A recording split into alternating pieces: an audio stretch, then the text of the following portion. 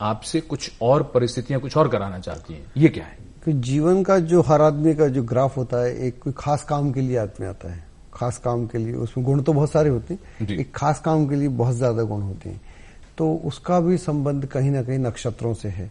तो अगर हम इनके नक्षत्रों की बात करें तो इनका जो एम्फेसिस था वो वाणी का था, तो वाणी इनके साथ, सरस्वती जो किसी पे मेहरबान हो, गाने में भी हो सकता है, गायन में हो सकता है। सरस्वती का पहला संबंध गायन से है, फिर शास्त्र से है, तो दोनों ही एक ही विधा के, एक ही कॉइन के दोनों उसके वो हैं, अलग अलग हैं। तो गायन जो है, लक्ष्मी अगर सरस्वती कृपा हो तो फिर जो है, आज भी अगर मान लें हम जाएं, कहीं पर भी जाएं, कई चैनल्स हैं सिर्फ किशोर कुमार के गाने सुनाते हैं, रफ़ी गाने सुनाते हैं, तो ये आवाज वो है जो सनातन आवाज, ऐसा लगता है कि ये आवाज हम जब से पैदा हुए सुनते ही चले आ रहे हैं। क्या बात है। और किशोर कुमार के बारे में बहुत लोगों का ये मानना था और ये कहना रहा है कि किशोर कुमार बहुत कंजूस थे, पैसे के मामले में निहायत कंजूस थे। लेकिन दूसरी तरफ जो पक्ष है वो हम ये जरूर बताना चाहेंगे कि चलती का नाम गाड़ी उन्होंने फिल्म प्रोड्यूस की और दोनों भाइयों ने, अशोक कुमार और किशोर कुमार ने तय किया कि इस फिल्म से जो आमदनी होगी वो अनूप कुमार को, जो उनके तीसरे भाई थे, उनको दे दी जाएगी, क्योंकि उनकी आर्थिक स्थिति। हम में से बहुत से लोग उस जगह तो नहीं गए, लेकिन खंडवा को सभी लोग किशोर कुमार की वजह से जरूर जानते हैं। पंडित अजय भाभी, क्या कहना चाहेंगे?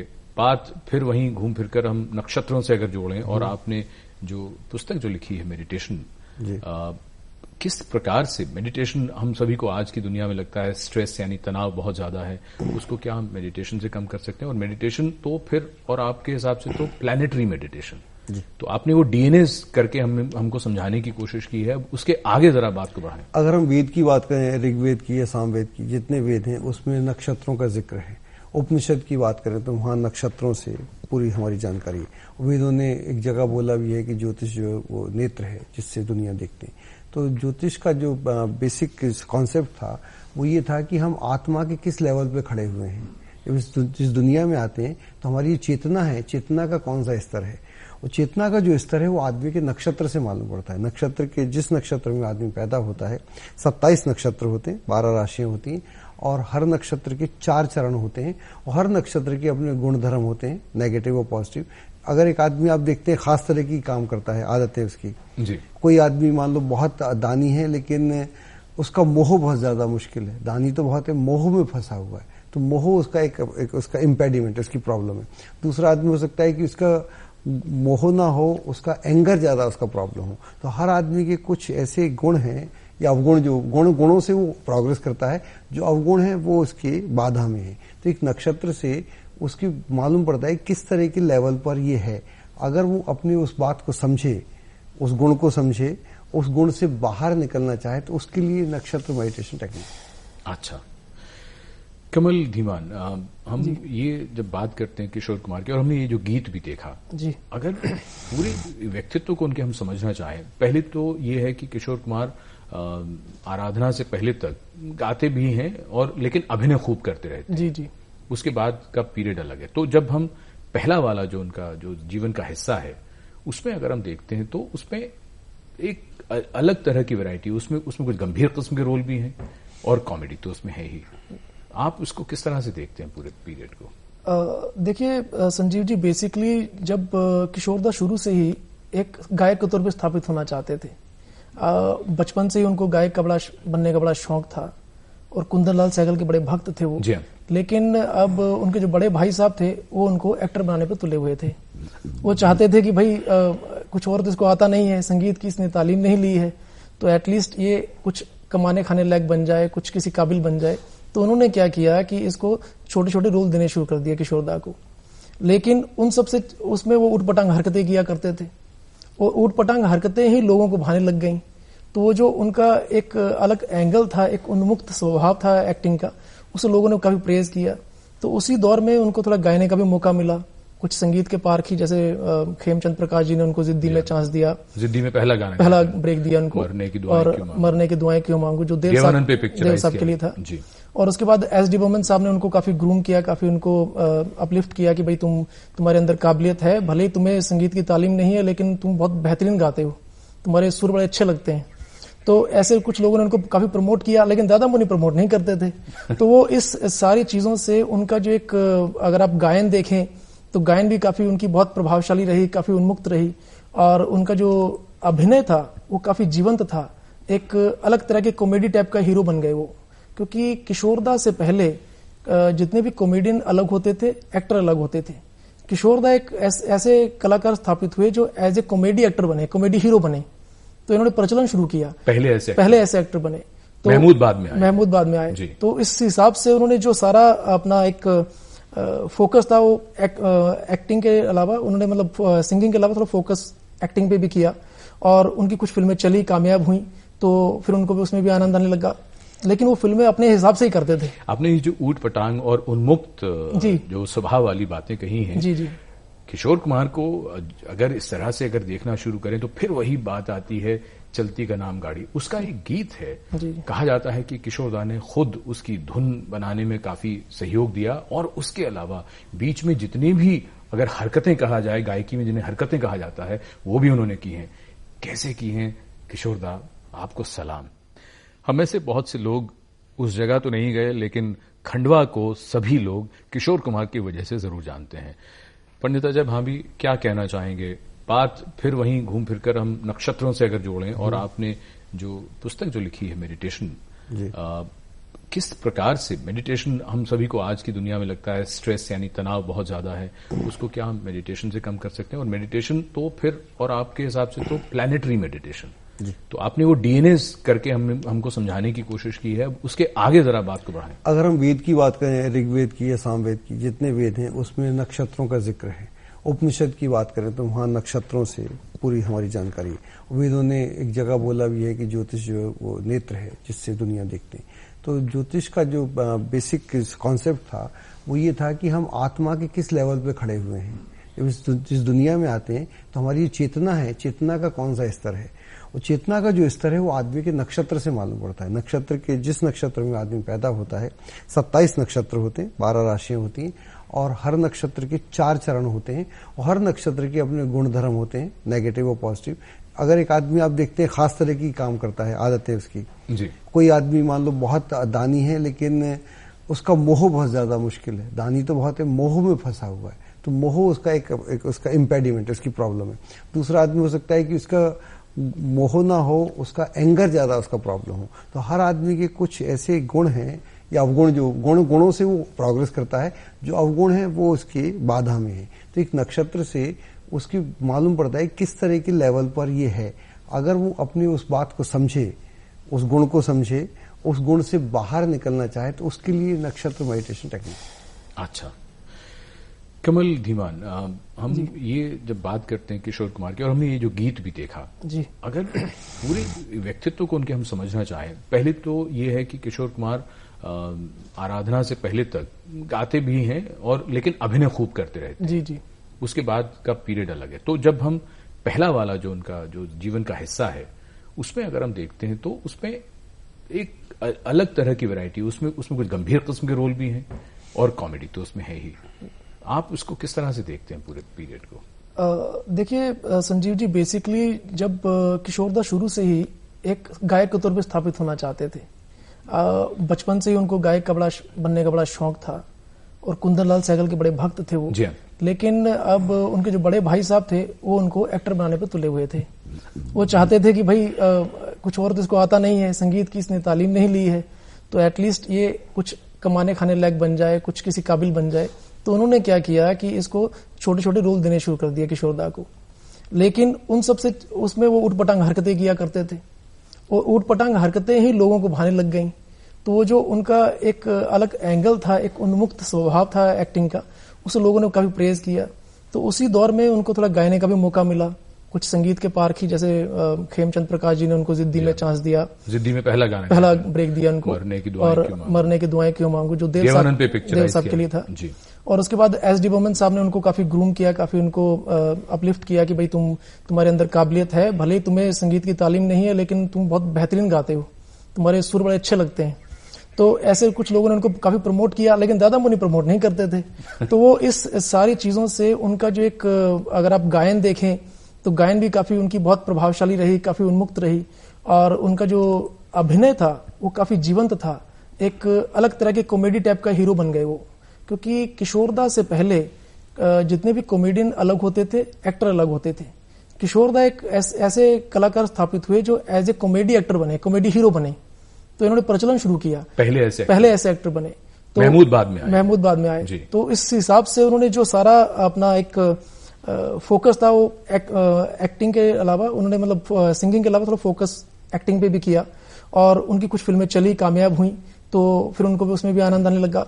लेकिन वो फिल्में अपने हिसाब से ही करते थे। आपने ये जो ऊट पटांग और उन्मुक्त जो स्वभाव वाली बातें कही हैं, जी जी, किशोर कुमार को अगर इस तरह से अगर देखना शुरू करें तो फिर वही बात आती है, चलती का नाम गाड़ी। उसका एक गीत है, कहा जाता है कि किशोरदा ने खुद उसकी धुन बनाने में काफी सहयोग दिया, और उसके अलावा बीच में जितनी भी अगर हरकतें कहा जाए, गायकी में जिन्हें हरकतें कहा जाता है, वो भी उन्होंने की हैं। कैसे की हैं किशोरदा, आपको सलाम। आजकल कई अवार्ड फंक्शंस में आजकल के जो बड़े बड़े हीरो हैं वो किशोर कुमार की इस तरह की नकल करते हुए और इस तरह के आइटम पेश करते हुए अक्सर दिख जाते हैं।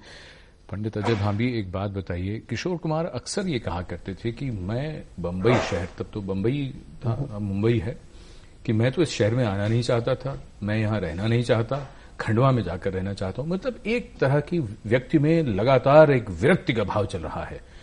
जो भी व्यक्ति विरक्ति के भाव से या आसपास से जो परेशान है, आपका जो प्लैनेटरी मेडिटेशन है, अगर वो करना चाहे तो उसको करने की टेक्निक यानी तकनीक क्या होगी? ये हमारा जो मेडिटेशन है, इसकी 4 हमने विधियां, 4 स्टेजेस हैं, तो 10-10 मिनट के लिए होती हैं। तो पहली जो है वो है ब्रीदिंग टेक्निक है। पतंजलि से लेकर आज तक प्राणायाम की जिसकी हम बात करते हैं, जैसे मैं अभी आपसे बात कर रहा हूं तो मुझे अपनी सांस का नहीं मालूम कि मैं ले रहा हूं या नहीं ले रहा हूं, लेकिन ले रहा हूं, जिंदा हूं, बोल कर रहा हूं। तो अगर मुझे सांस पे ध्यान देना पड़ेगा तो बोलना बंद करना पड़ेगा, और ज्यादा ध्यान देना पड़ेगा तो मैं वहां से विचार शून्य अवस्था में चले जाऊंगा। तो मेडिटेशन की पहली कंडीशन है थॉटलेसनेस स्टेट में जाना। तो पहला 10 मिनट का ये है। अगले 10 मिनट में इस दुनिया में आदमी अपने शरीर से जितना मोहब्बत करता है इतना किसी और शरीर से नहीं करता। दूसरे के प्रति उसका आकर्षण हो सकता है, अपने शरीर से उसको बेसिक रूप से प्रेम होता है। तो दूसरा है how to heal your body. अच्छा। आप अपने शरीर को कैसे हील करें, जो भी आपके रोग हैं, दिक्कतें हैं, उनको आप कैसे करें। और तीसरी जो स्टेज है वो है आदमी का जो माइंड है वो है उसका चैटर बॉक्स, उसमें जो गार्बेज है उस गार्बेज को कैसे निकाले। ये 3 चीजें हो गई। चौथी स्टेज पर हम मेडिटेशन की बात करते हैं, ये है नक्षत्र मेडिटेशन। ये टेलर बेस है, आपके लिए आपका, उसके लिए उसका। आपका जो नक्षत्र है उसकी हम बात करते हैं।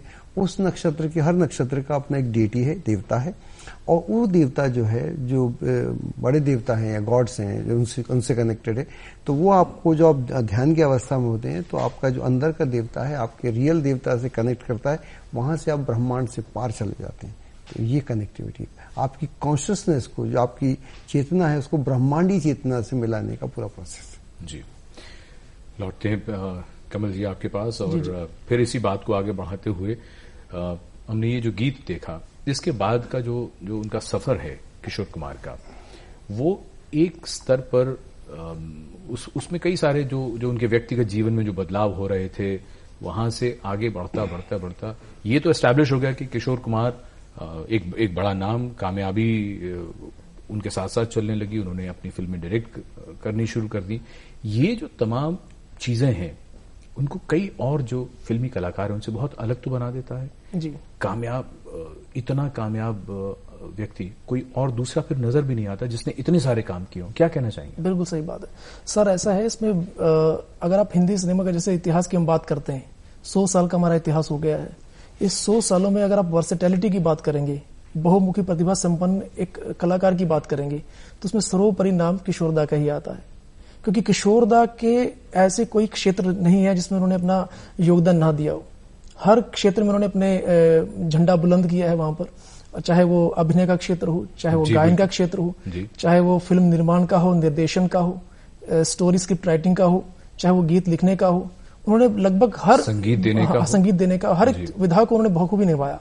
एज ए गायक और एज ए कलाकार तो बहुत स्थापित थे ही वो। ऐसा बोलते हैं, सॉरी इंटरप्शन के लिए, जी। कि फिल्म बनाने की 9 विधाएं होती हैं, तो 9 की 9 विधाएं उनको आती थी। सभी रस 9 विधाएं उनको पूरी 9 विधाएं 9 रस संपन्न। जी। किशोर दा का तो इस मामले में कोई जवाब नहीं। और सिर्फ 58 वर्ष की उम्र में किशोर कुमार ये दुनिया छोड़कर चले गए।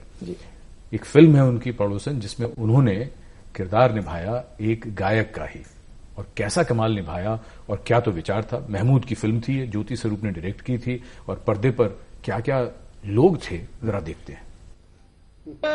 किशोर कुमार के निधन पर सत्यजीत रे ने जब उन्हें श्रद्धांजलि दी तो उन्होंने लिखा था, डेथ ऑफ अ जीनियस।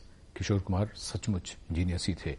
पंडित अजय भाभी, ये बताइए, एक स्तर पर अगर हम बात करें तो किशोर कुमार मतलब 1969 से और 1987 जब उनका निधन होता है, वो दौर किशोर कुमार का दौर कहलाता है फिल्म इंडस्ट्री में। और किशोर इतनी कामयाबी, इतनी शोहरत, सब कुछ, लेकिन अगर व्यक्तिगत जीवन की बात करें, पहली पत्नी से संबंध विच्छेद हुआ, दूसरी पत्नी की मृत्यु हो गई, तीसरी पत्नी से फिर संबंध विच्छेद हुआ, चौथी पत्नी से विवाह के कुछ वर्षों बाद ही उनका ही निधन हो गया। तो ये क्या है? इसकी अगर बात करें तो इनका जो लग्न था वो था धनु लग्न था जी। और जो लग्नेश था बृहस्पति छठे घर में था, और इनका जो 7वें का लॉर्ड था बुध वो 8वें में था। तो एक तो खुद का स्ट्रगल बंद नहीं होता ऐसे व्यक्ति का, पूरी जिंदगी स्ट्रगल रहा, हालांकि इतनी सफलता के बाद। अब पहले स्ट्रगल था प्रोफेशनल, फिर पारिवारिक स्ट्रगल हो गया। 1 पत्नी, 2 पत्नी, 3 पत्नी, 4 पत्नी। अगर 4 पत्नियां किसी को करना पड़े, एक तो इतना हिम्मत चाहिए, बड़ा हिम्मत वाला काम है, और दूसरा उस सब निकलना। तो कुछ चीजें आदमी की मिसिंग होती हैं। अगर ये चीजें मिसिंग नहीं होती तो इतने बड़े किशोर कुमार नहीं होते। अगर कोई पत्नी आ रही है जा रही है, इसका मतलब है आप बहुत अंदर से टूट भी रहे हैं, अंदर से आप बिखर भी रहे हैं, ऊपर से नहीं बिखर रहे। ऊपर से तो आप गा रहे हैं, बहुत जैसा गाते हैं, हंसमुख हैं, हंसते रहते हैं। मैंने सुना था कि इनकी बहन ने एक बार पूछा, शायद किसी और ने, घर के आदमी ने, कि आप दिन भर हंसते रहते हो, इतना अच्छा, लेकिन इतने सैड सॉन्ग कैसे गाती हो? तो उन्होंने बोला कि मामला कुछ बहुत भीतर का है। तो आई थिंक दर्द नहीं होगा तो फिर कैसे वो बाहर निकले। उनका एक गाना भी है, जब दर्द नहीं था सीने में तब खाक मजा था जीने में। कमल धीमान जी, एक बात बताएं, उनकी जिंदगी की कुछ बड़ी अजीबोगरीब बातें भी हैं कि उनसे मिलने कोई व्यक्ति पहुंचा, उसने कहा कि घर डिजाइन कर दीजिए। किशोर कुमार साहब से जब ये बात होने लगी तो किशोर कुमार ने कहा कि मुझे ड्राइंग रूम के बीचों बीच एक तालाब बना दीजिए और यहाँ कौवे लटका दीजिए, कुछ इस तरह के। और इनकम टैक्स से उनकी कभी नहीं बनी। कुछ एक दो कुछ ऐसे किस्से आपके पास हो तो जरा बताएं। नहीं, देखिए, किस्से तो बहुत सारे ऐसे हैं, क्योंकि वो ना अजीबोगरीब हरकतें करते रहते थे, चाहे वो फिल्म स्टूडियो में करें, चाहे वो घर पे करें, चाहे वो पब्लिक के बीच में जाके करें। आपने देखा होगा जब उनके स्टेज शोज होते थे तभी वो बड़े उछल कूद के गाया करते थे, फुल ऑफ एनर्जेटिक होते थे, एकदम एंटरटेनमेंट के एकदम प्रकाष्ठा होती थी जिसे बोलते हैं। और इतने पब्लिक के बीच में वो एकदम सबको नचा के झुमा के जाते थे वहां से। तो बेसिकली क्या करते थे वो, उनके ऐसे किस्से बहुत सारे हैं। जैसे कभी एक स्टूडियो की शूटिंग के लिए गए, रिकॉर्डिंग के लिए गए, तो पता लगा कि रास्ते में ट्रैफिक बहुत जाम है। तो ट्रैफिक जाम है तो चलो जी भी बहुत देर लगेगी पहुंचने में, खाली रास्ता कहाँ जा रहा है, ये खंडाला जा रहा है साहब, तो खंडाला ले लो। तो इस तरह खंडाला पहुंच जाते थे। तो उनका इस तरह का जो वो थी ना, एक माइंड जो सेट था उनका, वो थोड़ा अलग तरह के, एक बच्चे की तरह वो रहा करते थे। तो ऐसे जैसे कभी किसी गाने गाने के लिए, एक मैं आपको किस्सा बताता हूँ। एक गीत था, उसमें उन्होंने कल्याण जी आनंद जी से कहा कि मुझे इसके लिए थोड़ा सा खास तरह के वहां एक दुकान पे पकोड़े मिलते हैं, वो मंगाए जाएं। तो उन्होंने कहा कि तो आप दादा गला खराब हो जाएगा, दादा आपको तो गाना है। तो कहना कि नहीं मुझे पकोड़े ही चाहिए वरना मैं गा नहीं पाऊंगा। तो पकोड़े मंगाए गए, पकोड़े खाए। फिर उसके बाद उन्होंने क्या किया, उन्होंने कहा कि फलां दुकान से मुझे रबड़ी मंगाई जाए, मुझे रबड़ी बड़ी पसंद है। तो अब सब लोग घबरा गए कि दादा की तो आवाज ना बैठ जाए, खराब ना हो जाए, हमें रिकॉर्डिंग करनी है। वो रबड़ी खाई गई। लेकिन जब सारे करने के बाद उन्होंने गाना शुरू किया तो वो गाने में उन्होंने इतना दर्द प्रस्तुत किया और इतना बेहतरीन उस गीत को गाया। तो इस जैसे वो गाना है अपने, धरती की तरह हर दुख सह ले करके गाना है, तो सूरज की तरह तू जलती जा। तो उस बेसिकली उस गाने के बीच में जो दर्द चाहिए था, जो आवाज में एक सेटिंग चाहिए थी, उसको लाने के लिए उन्होंने ये सारी एक्टिविटीज करी। तो मतलब वो अपने काम के प्रति बहुत समर्पित थे। मतलब हर तरह से अपने गाने में वो कोशिश करते। पान बनारस वाला की रिकॉर्डिंग से पहले पान मंगवाया गया, पान खाया मूड में आने के लिए, जिंदगी का सफर गाने के लिए उन्होंने कहा कि वो गाँव तकिया लगा दीजिए, तो नीचे वो लेटकर ही उन्होंने वो गाना गाया। एक और गीत है सर बताऊं, एक गाना है रुक जाना नहीं तू कहीं हार, इम्तिहान का। उन्होंने कहा कि चलो आज मैं लेट के गाऊंगा इस गाने को, उन्होंने सोफे पे लेट के गाना गाया वो। अब आपको कहीं भी नहीं अनुभूति होगी कि किसी व्यक्ति ने, सिंगर ने लेट के गाना गाया है।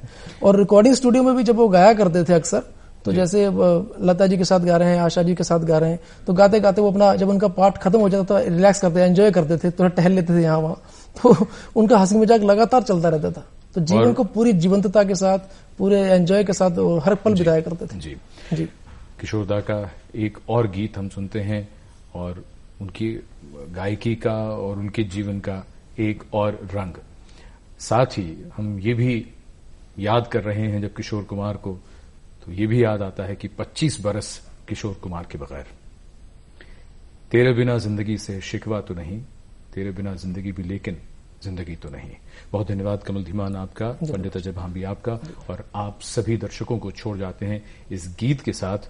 मिलेंगे गुड इवनिंग इंडिया के अगले कार्यक्रम में। नमस्कार।